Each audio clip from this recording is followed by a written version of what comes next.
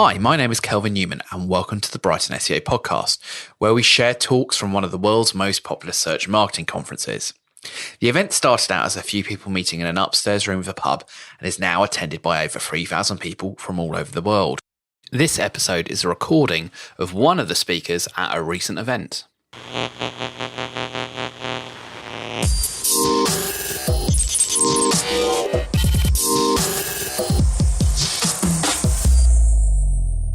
Next up, we have a great session. We've got another really interesting talk. This one a little bit more about kind of the practicalities of delivering content. So if we could have a big auditorium one at Brighton SEO welcome to Rebecca Brown, everybody.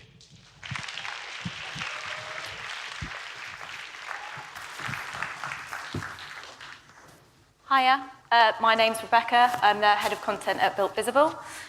Just to tell you a little bit about myself, I have worked in-house and agency side, always in content. And I'm here to talk to you today about why we should, scrap your content budget line. So, are we paying too much or too little for the content that we're producing? And is it converting in the way that we need it to? I think this is the question that as marketers, and as content marketers in particular, we're always striving to answer. But there isn't that much by way of a consensus. Content's very different to any other channel. I think if you look for advice on how to measure PPC, on how to measure SEO, you're basically given a template for reporting. But when you look for a consensus on how to measure content, what you get is this. Lots and lots and lots of opposing opinions, opposing theories. Is it the best thing since sliced bread, or is it a load of bollocks? I don't think we've decided yet. So during this talk, what we're going to be doing is the first few minutes, I'm afraid, will be quite theoretical. We're going to talk about why I actually think you should scrap your content budget line altogether. The second part of the talk, I'm going to break down how we invest, how we decide whether we should invest in content at all at Builtvisible, and the process that we go through from beginning to end when deciding whether we need to spend content on budget for our clients.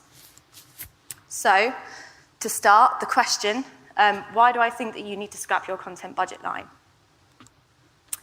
As part of preparing for this talk, I had a look at what was out there for new marketers or non-specialists in content who might be looking for advice on how they're going to measure their content. And this is just a tiny selection of what I found.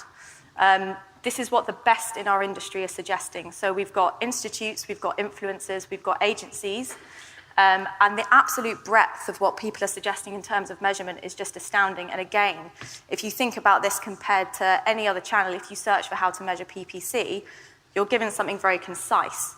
If you search for how to measure content, it's mailing list subscribers, revenue, lifetime value, links, shares. It's incredibly in-depth and it's all over the place. It's very confusing. It's too much to ask for a 400-word blog post. If you're simply looking for advice on how to measure a video or on how to measure a blog post and you come across that, it's a minefield. We're so desperate for our content to work because it's fun and we want to do it and we want to be able to sell it to our clients.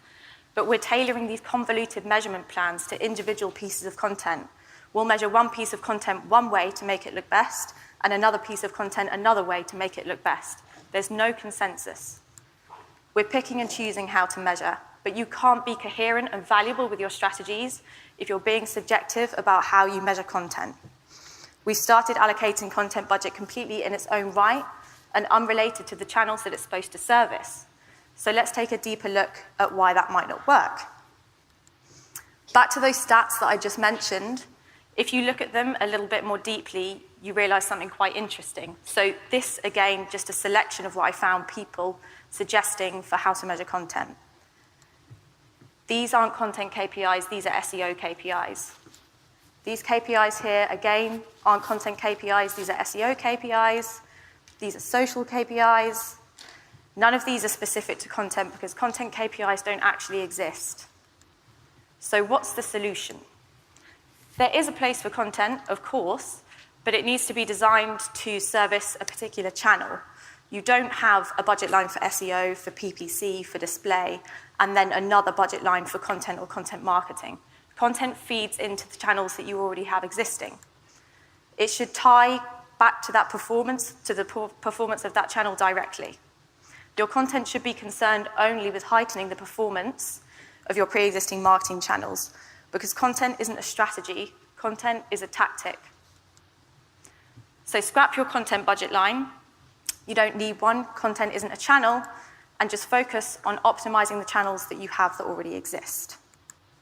So that's the theory done, and we can do the practical stuff now. So hopefully this will give you some actions to go into the office with on Monday so you can make some changes, I hope. So I'm going to answer this question now. How much do I need to forecast for content within my SEO budget specifically to see an increase in visibility and revenue?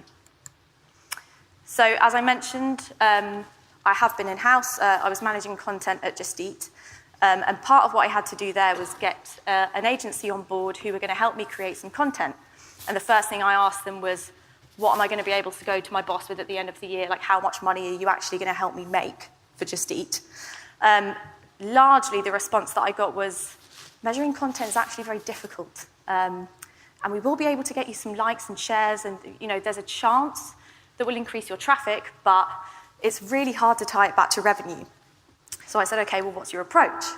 And again, this is what most agencies came back with. We'll build you a keyword list, we'll expand it, we'll categorize it, we'll prioritize it. Then we'll create content for these priority keywords. Maybe we'll build some links to that content, and hopefully it'll rank. And when it does rank, maybe you'll make some money. But it's just really not good enough.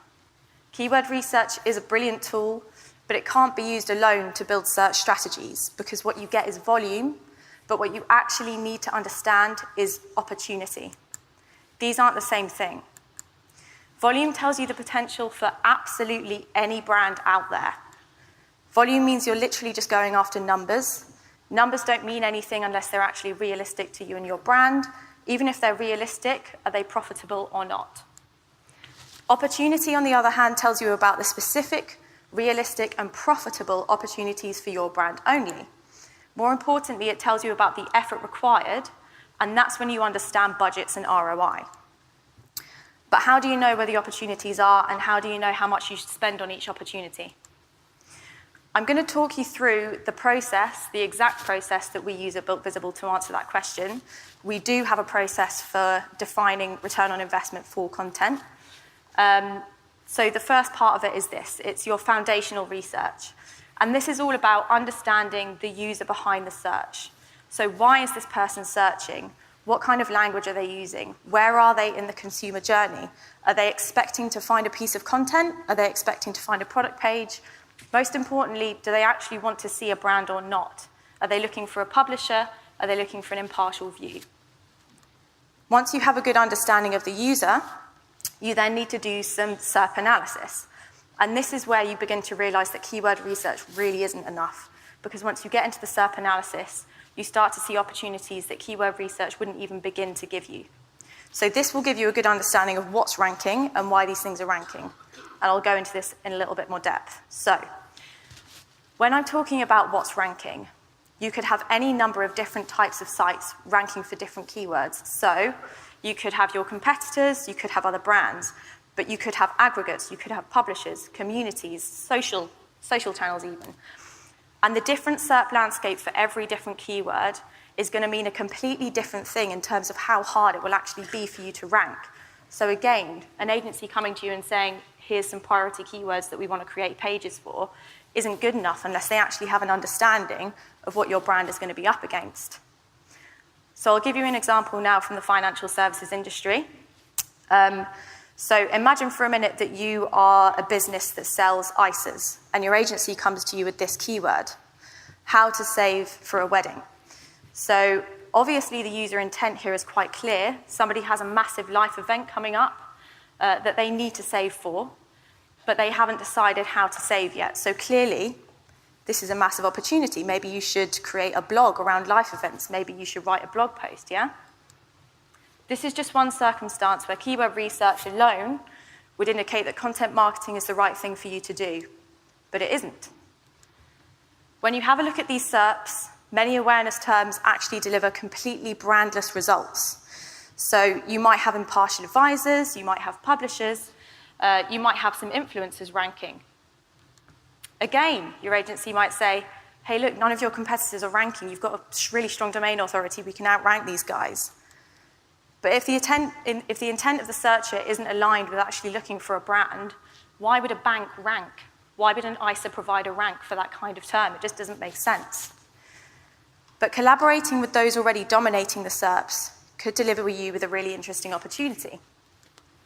So having a look back, you can see that old content is ranking on the first page. Could you go and collaborate with that publisher to update that content and try and hack your way into the first page instead of outranking? Again, could you get a quick awareness win by getting a financial advisor to contribute to this piece of content? There are various different ways that you can try and hack your brand into that same awareness funnel without the huge amount of effort required to build a blog, to get links to the blog, to get authority to the blog. Sometimes it just won't be relevant for you to rank, something that's hard to accept. Content marketing just isn't always the answer. But that doesn't mean that, like in this case, there won't be specific, realistic, and profitable opportunities for your brand to rank within the SERPs. So now we understand what's ranking. We need to get a bit of an understanding of why these things are ranking. So is it that brand strength or impartial view that I just mentioned? Is it something as simple as links? Let's look at another example, this time from the hospitality industry. So if any of you have ever had a travel client or work in travel, you'll recognize instantly that this is one of the most competitive keywords out there. As well as flights too, this is just intensely competitive. When you take a look at the SERP, you can see it's just a roadblock. You've got 4 ads there, you've got the local pack as well. Even when you get to the organic listings, this is basically just a directory for aggregates. That's intensely competitive. If you're an individual brand, there's not an opportunity for SEO, right? But SEO doesn't equal Google. And this is something that we all need to start getting our heads around as well. Just because you can't create content to outrank a page doesn't mean that SEO isn't an opportunity for you and your brand. Each of these aggregates here is just another search engine. To be honest, probably a more relevant search engine if you're a travel provider. You should see these as another search engine to explore and optimize for. But it isn't all bad for content production, and I don't want to be too doom and gloom, so I'll give a positive example as well. SERP analysis isn't just about disproving the opportunity for content creation based on keyword research. Not only will you find opportunities to use these other tactics that might be slightly easier, you will find opportunities for content creation as well. So, another competitive term, how to sell a car. We're hit by another really competitive view here. Again, we've got 4 ads, got the answer box, which unless you're in it is an absolute bugger because it pushes everyone else down. But we do have these suggested terms underneath, and it is worth having a look at the SERPs here to see if they're slightly weaker. So what do you need to sell a car? We've got the same intent, volume is slightly lower, but the opportunity is still profitable, and it's probably more realistic. So we can see much of the content isn't ranking on HTTPS. Could be an opportunity for you in the future if you are. It's also pretty text light. Sorry, Auto Trader, but I can't believe that's ranking first. It hasn't really driven any links either. The titles on the first page don't actually address the query very precisely at all. I think even that answer box could do a bit better. So there are definitely weaknesses here that if it's relevant for you to do so, you could exploit by creating better content. So now you've done these first 2 pieces of research. You've understood the user, what they're looking for and what they want. You understand how they're searching and when they're searching. You also understand what's ranking and why these things are ranking. But still, you're not ready to plan for your content budget. You need to understand the effort required. So obviously, this is going to bring up a lot of different tactics. Some of them will be about hacking the SERPs. Some of them will be about outranking. You need to understand the potential gain, the proposed tactics, and the time and effort that you need to put into each one of these. And essentially what that means is this. Until you and your agency can answer each and every one of these questions, you won't be able to allocate budget to search. How much traffic would this content send me? How will the traffic convert? What's a feasible ranking for my site? How many links will my content need? And what are the on-site changes required for me to rank? And once you have a really comprehensive answer that you and your agency can work on together to each and every one of those questions, you're not ready to allocate any budget to content whatsoever. And then you have the full picture. So once you've gone through this entire process, as we do at Builtvisible, you'll have a really comprehensive understanding of why you're doing what you're doing, whether you should be creating content or not. Never just rely on keyword research to decide whether to launch tens of thousands of pounds into creating a blog. It's a lot more than that. So to conclude, define the size of your opportunity, define the user intent, align that with the most relevant tactic, and then allocate your content spend. Thank you very much. Enjoy the rest of Brighton SEO. This was originally recorded at a Brighton SEO conference. If you want to listen to more episodes or find out about the conference itself, you can do at brightonseo.com.